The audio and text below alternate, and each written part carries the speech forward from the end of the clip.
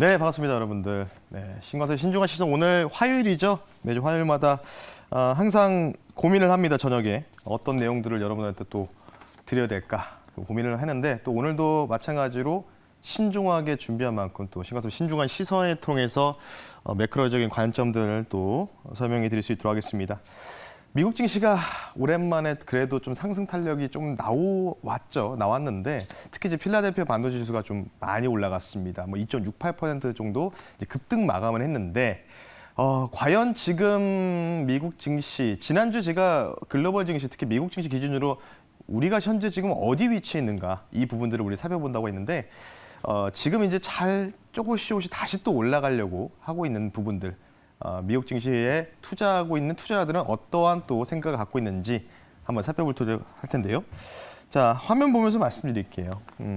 현재 월가에서 이제 돈을 많이 운용하고 있는 펀드 매니저들의 그 위험 심리 지표를 볼 수가 있는데, 보시면 지금 이제 이게 한 대략적으로 2년 정도 넘는 데이터인데요. 2년 정도 가까이 된 데이터입니다. 20년도부터 해가지고요.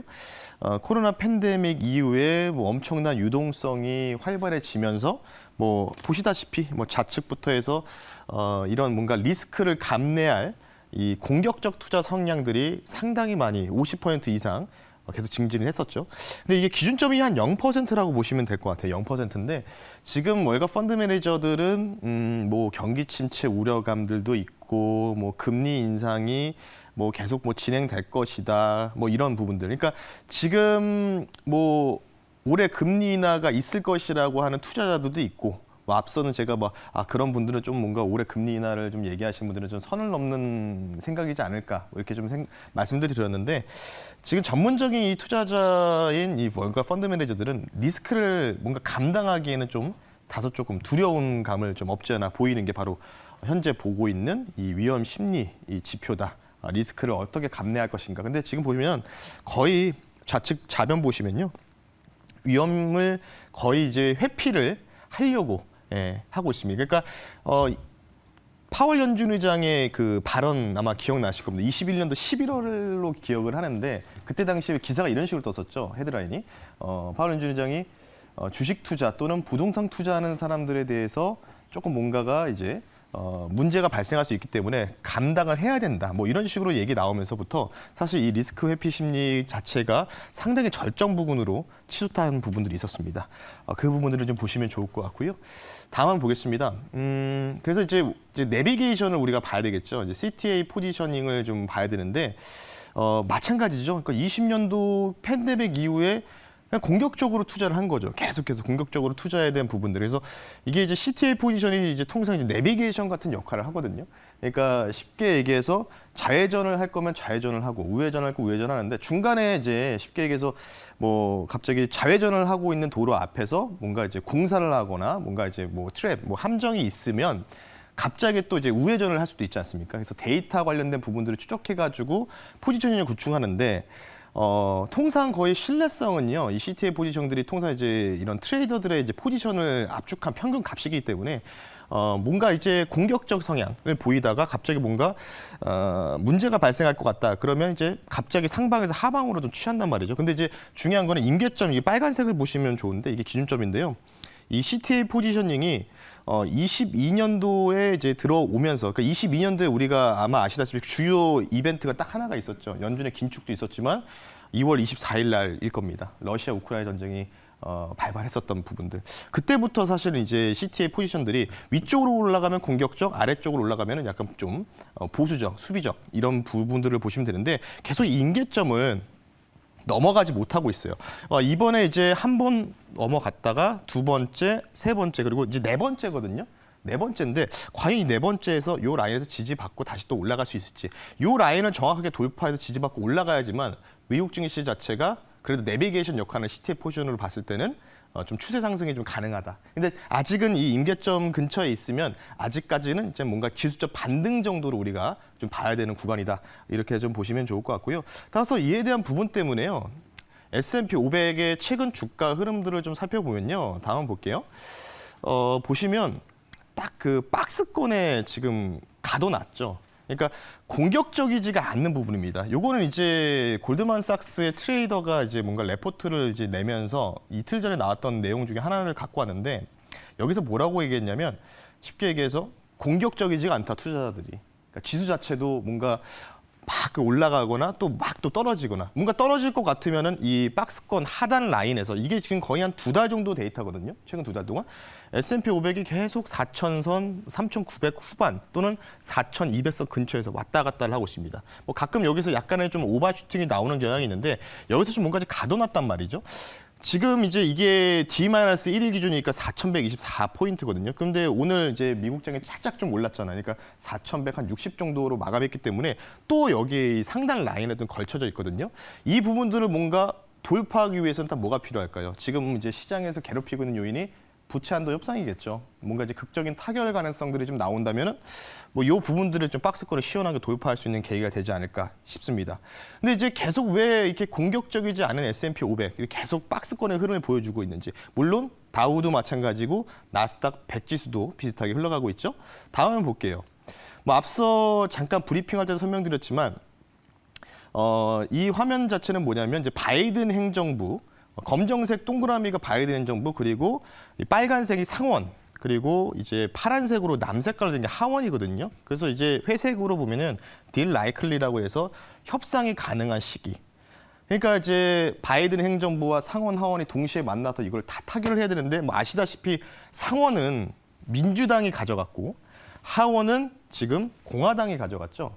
그러다 보니까 어쨌든 상원은 어차피 바이든의 편을 들 수밖에 없는데 계속해서 뉴스가 나오는 게 이 하원 메카시 의장이 계속 발언들이 나오는 거죠. 그러니까 지난번에 한번 진행을 하려다가 실패에 끝났죠. 그리고 이 부분을 넘겼고 이제 드디어 오늘 만난다고 합니다. 그래서 제가 앞서 말씀드렸던 게 이제 6월 달이거든요. 6월 초로 알고 있는데 이제 17일 날 이때 이제 뭔가 이 17일 딱까지 이내로 이 부분들이 뭔가 이제 결과가 도출돼야 된다. 근데 결과가 도출되지 못하면 또 시간을 끌게 돼서 다음으로 좀 넘기게 되면은 뭐 이전에 트럼프 대통령 당시에 아마 기억을 하실 텐데 그때 당시에 뭐 그 주 정부에서 지방 정부가 셧다운이 들어갔던 적이 좀 있었습니다. 근데 그런 부분들에 대해서 또 나올 수도 있고 최악의 상황에서는 2011년도에 뭐 신용등급 강등 사태. 그래서 사실 저는 이제 그 정도까지 생각은 안 하고 있거든요. 어쨌든 극적으로 뭔가 반전 드라마가 나오면서 뭔가 이제 타결될 가능성들을 좀 염두에 두고 있기 때문에 내일까지. 그러니까 우리나라 시간으로는 어찌 보면 이제 목요일 날 이제 결과가 어느 정도 도출이 되지 않을까 싶기 때문에 극철 타결 기대감들을 좀 우리가 가져봐야 된다라고 보시면 좋을 것 같고요. 계속 부채 한도 협상들은 50년 전부터 계속 이렇게 뭔가 꾸역꾸역 이 한도 라인이 계속 올라가고 있죠. 임계점 라인이 계속 올라가고 있는데 자 다음 보겠습니다. 뭐 이렇게 문제가 있느냐 보니까 이게 이제 미국 정부가 갖고 있는 채무 이자 금액인데요. 보시면은 뭐 이제 금리가 높은 상황이고 뭐 계속해서 QT도 하고 여러 가지로 이제 긴축을 많이 단행하다 보니까 이제 빨간색 바를 보시면 되는데 20년도까지는 이제 뭐 거의 저금리지 않았습니까? 이때는 이제 하방에 대해서 압력이 좀 있었는데 21년도 이제 상반기가 지나가면서 급격하게 채무 이자 지급액이 규모가 늘어나고 있습니다. 현재 지금 23년도 이제 3월 정도 기준인데 뭐 거의 계속 근접하고 계속해서 이렇게 뭔가 상승이 나오고 있죠. 자, 다음 한번 볼게요. 지금 이제 미국 재무부의 유동 비율 상황을 보면은 계속 돈이 지금 없어요. 지금 보시면 지금 뭐 22년도 상반기부터 해가지고 쭉 데이터를 보면은 이 돈이 계속 소진율이거든요. 유동비율 상황인데, 그러니까 쉽게 얘기해서 TJ 계정 같은 거라고 보시면 되는데요. 최근 데이터 보면 이제 5월달 들어서 또 이렇게 꺾였습니다. 뭐 제가 이거는 뭐 한 2, 3주에 한 번씩 보여드리고 있는데 그때 당시는 이게 올라가다가 또 꺾였지 않습니까?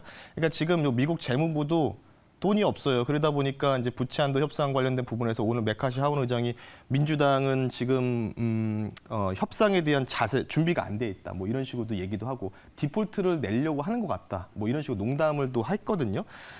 그런 부분들. 그래서 부채 한도 협상의 전반적인 부분들이 중요한데 중요한 건 뭐냐면 만약에 부채 한도 협상이 타결되지 않고 시간을 또 질질 끈다. 트럼프 대통령 당시 때처럼 그러면 이제 또 방법이 하나가 있겠죠. 재무부에 돈이 없으니까. 그럼 뭐가 있을까요? 바로 연준에서 금리 인상에 대한 부분보다는 이제 금리 인하에 대한 부분보다는 또 이제 QE를 또 단행할 가능성, 조기 QE를 단행할 가능성이 있는데 이거는 좀 확률적으로 조금은 낮습니다. 하지만 어쨌든 부채 한도 협상이 타결되지 않는다면은 뭐 이 유동 비율 상황도 상당히 심각해질 우려감들이 있다. 이렇게 보시면 좋을 것 같고 이게 이제 미국 정부만의 문제가 아닙니다. 미국 정부만의 문제가 아니라 지금 미국 시민들도 상당히 지금 이제 힘들거든요. 자, 다음 볼게요.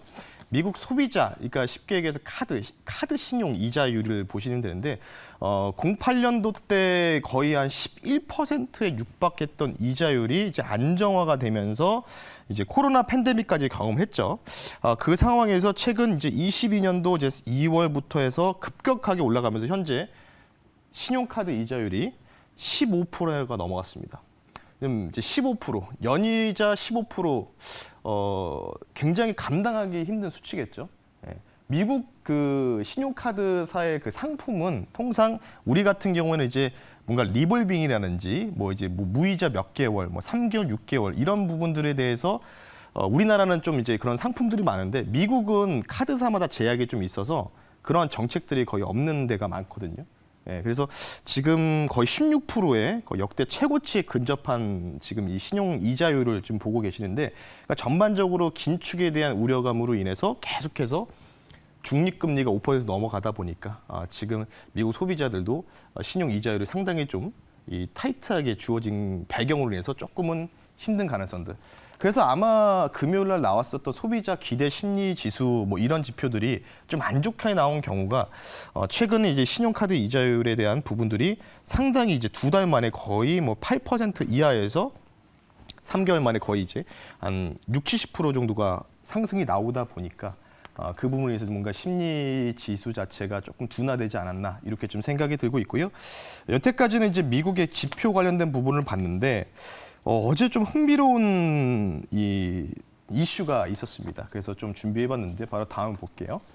바로 투르키의 이제 터키죠. 대선 변수가 발생했는데 아시다시피 이제 좌측에 나오시는 인물이 에르도안 이 대통령이고 이분 같은 경우는 약간 좀 발음이 어렵더라고요. 클루추 다르올루라는 분인데 이제 공화인민당입니다. 그래서 지금 이제 이 과반수가 이제 넘어가야지만 이제 결선 투표 없이 바로 그냥 당선이 되는데 에르도안 이 현재 대통령이 재선을 하려고 하는데 과반수를 확보를 못했어요. 그래서 나머지 인물들을 제외하고 이 클루치 다르올루 사람과 이제 쉽게 얘기해서 결승전에 들어가는 거죠. 이게 5월 28일이거든요. 결선 투표가.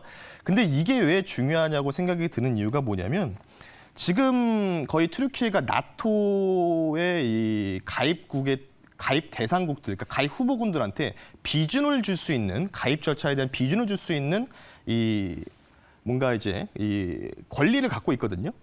그래서 뭐 최근에 핀란드 승인할 때도 터키가 좀 입김을 불어넣었다 이런 얘기도 있고 있지만 지금 여기 우측에 보이시는 분이 클루치 다르올루거든요. 그러니까 에르도안이 지금 나이가 70세고 클루치 다르올루가 75세예요. 그러니까 약간 좀 이분이 형님인데 이분이 지금 추구하는 방향이 친나토 정책을 계속해서 유지는 하되 러시아에 대한 서방 제재 규제에 대해서 어느 정도 대항할 뜻을 많이 밝혔습니다. 그러니까 이분 자체, 그러니까 이분이 속하였던 이 공화인민당은 친나토를 좀 추종을 하거든요. 근데 이분 인물 자체로 보면은 성향이 러시아에 대한 이 나토의 서방 규제를 어느 정도 좀 싫어하는 경향을 나타내는 발언들이 좀 많이 나왔더라고요.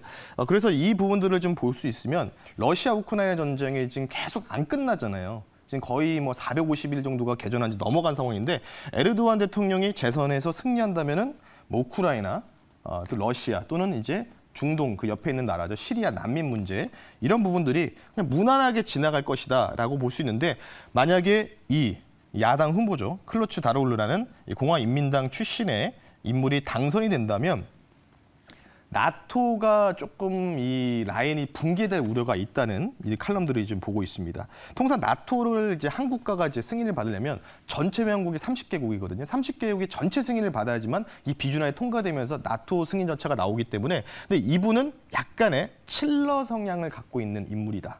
이렇게 보시면 좋을 것 같아서 만약 이분이 당선되면은 나토 자체의 그런 동맹의 균열이 좀 생길 가능성이 있을 뿐만 아니라 지금 러시아 우크라이나가 계속 뭔가 흑해 공모 협정이라든지 뭐 전반적인 뭐 휴전 회담을 하려고 할 때마다 뭐 하고 있을까요? 계속해서 터키, 그 트르키예 지역 내에서 회담을 진행하거든요. 뉴스 보시면. 그래서 상당히 좀 중요한 이 대선의 변수가 발생했습니다. 그래서 5월 28일 날 이 결선 투표가 예정돼 있기 때문에 그 부분들 우리가 계속해서 주목해야 되지 않을까. 러시아, 우크라이나 지정학적 리스크가 과연 격화될 우려감들이 있을지 이 부분들을 우리 따져봐야 될 것 같고요. 자, 다음 한번 보면서 조금 마무리 좀 할게요. 빠르게 좀 진행하겠습니다. 최근 이제 D-2 기준 코스피 코스닥 신용장고인데 좌측이 코스피고 우측이 코스닥이거든요. 야, 정말 코스피 신용장고는 거의 이전 뭐 8월달 작년 8월달 수준까지 좀 내려온 상황이고 아직 코스닥 같은 경우는 많이 올라가다 보니까 신용장고가 이전에 한번 올라왔을 때 이 저점 대비해서 아직은 좀 높은 상황입니다. 물론 이제 코스닥 같은 게 2차 전지가 많이 월반하다 보니까 2차 전지 섹터에 대한 신용장고 비율이 많거든요. 뭐 어제 좀 2차 전지 급락 나왔기 때문에 어느 정도 좀 하락이 좀 나오지 않을까 이틀 뒤에는 이렇게 보고 있는데 어쨌든 간에 조금은 뭐랄까요? 지금 상황에서는 기술적 반등 정도는 나올 수 있는 이 부분이 있다. 근데 지수 자체가 강하게 치고 올라가기 위해서는 뭐 일반적인 예탁금에 대한 매수세도 사자 매수세도 유효하지만 신용이 좀 늘어나면서 올라가는 게 가장 베스트 시나리오가 되지 않을까 싶습니다. 그러면 이제 마지막 변수 요거를 말씀드리면서 마무리할 텐데요. 바로 이거죠. 예, 한미일 정상회담 G7입니다. 예, 뭐 얼마 전에 이제 기시다 총리가 방한을 했었고 여러 가지가 좀 나왔었죠. 예, 뭐 보시다시피 그래서 5월 19일 날 이제 히로시마 프린스 호텔에서 개최가 되는데 뭐 바이든 대통령이 부채 한도 협상 때문에 뭐 참석이 불가능할 수 있다는 백악관의 또 통신의 보도도 있는데요. 어쨌든 간에 이 한일 그리고 한미일 정상회담이 19일에서 20일 사이에 열린다. 근데 이 G7 정상에 대해서 좋은 얘기가 나올까 나쁜 얘기가 나올까 이 부분들을 우리가 주목을 해야 되거든요. 근데 좋은 얘기가 나오면 뭔가 지수의 반등을 만들 수 있는 계기가 됐지만 지금 전반적인 데이터를 좀 보면은 좋은 얘기보다는 지정학적 관련된 뭐 중국, 뭐 북한, 뭐 이 안보 관련된 부분들의 얘기들이 주요 내용들이 의제가 담겨져 있기 때문에 그렇게 좋은 내용이 나올 것 같지는 않다. 그래서 어쨌든 19일에서 21일까지 이번 주에 있을 이 G7 정상회담에서 어느 정도 뉴스 플로우를 우리가 추적해 봐야 되지 않을까 싶기 때문에 관련된 뭐 그림을 한번 준비해 봤습니다. 어쨌든 전반적인 부분을 보면은 뭔가 이제 트르키예 대선부터 시작해서 변수가 새롭게 많이 발생을 하고 있거든요. 따라서 이제부터는 우리가 뭔가 경제 지표 관련된 부분도 중요하지만 이를 뭔가 지정학적으로 뭔가 우리 발생할 수 있는 이 국제 정세에서 뭔가 발생해서 변수를 우리가 계속해서 추적을 해야 되지 않을까 싶기 때문에 전반적으로 여러분들 뭐 경제 뉴스뿐만 아니라 국제 뉴스도 계속해서 우리가 주목해야 된다라고 좀 말씀드리면서 오늘의 신광섭의 신중한 시선 이 정도로 마무리하겠습니다. 감사합니다.